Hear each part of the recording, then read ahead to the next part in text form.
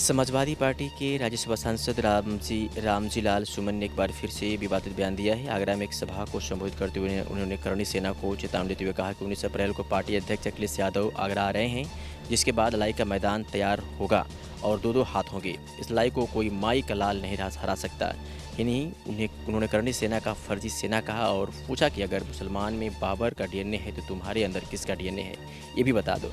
सपा सांसद रामजी लाल सुमन ने कहा कि ये लड़ाई हम लोगों की लड़ाई नहीं है, ये लड़ाई उन लोगों से है जिन लोगों ने अखिलेश यादव के मुख्यमंत्री न रहने के बाद मकान को गंगाजल से धुलवाया।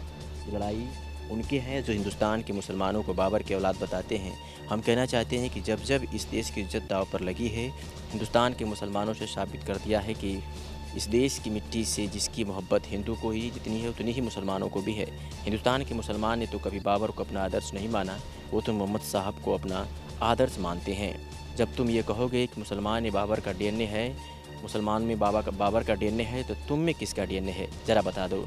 अखिलेश यादव जी 19 अप्रैल को आ रहे हैं, लड़ाई का मैदान तैयार होगा, दो दो हाथ होंगे, विजय हमारी होगी, कोई माई का लाल रोक नहीं सकता। उन्होंने कहा कि अगर तुम ये कहोगे कि हर मस्जिद के नीचे एक मंदिर है, तो हमें यह कहना पड़ेगा कि हर मंदिर के नीचे एक बौद्ध मठ है। गड़े मुर्दे मत उखाड़ो, नहीं तो बहुत भारी पड़ेगा। जब तुम बाबर को कहोगे कि मुसलमानों में उनका डीएनए, तो फिर तुम्हारे अंदर किसका डीएनए है, यही तो रायता फैला हुआ है।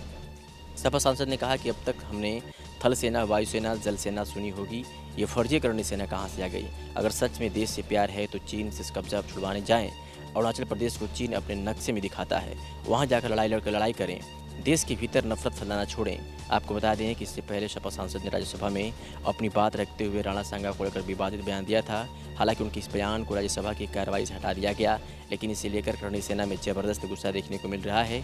करणी सेना ने बीते शनिवार को राणा सांगा की जयंती पर आगरा में रक्त स्वाभिमान रैली भी की थी। इस दौरान भारी संख्या में लोग खुलेआम सड़कों पर तलवारें लहराते हुए दिखाई दिए थे। ऐसे ही अपने शहरों की तमाम छोटी और बड़ी खबरों को देखने के लिए 365 दिन खबर चैनल को सब्सक्राइब करें और बेल आइकन दबाना बिल्कुल ना भूलें।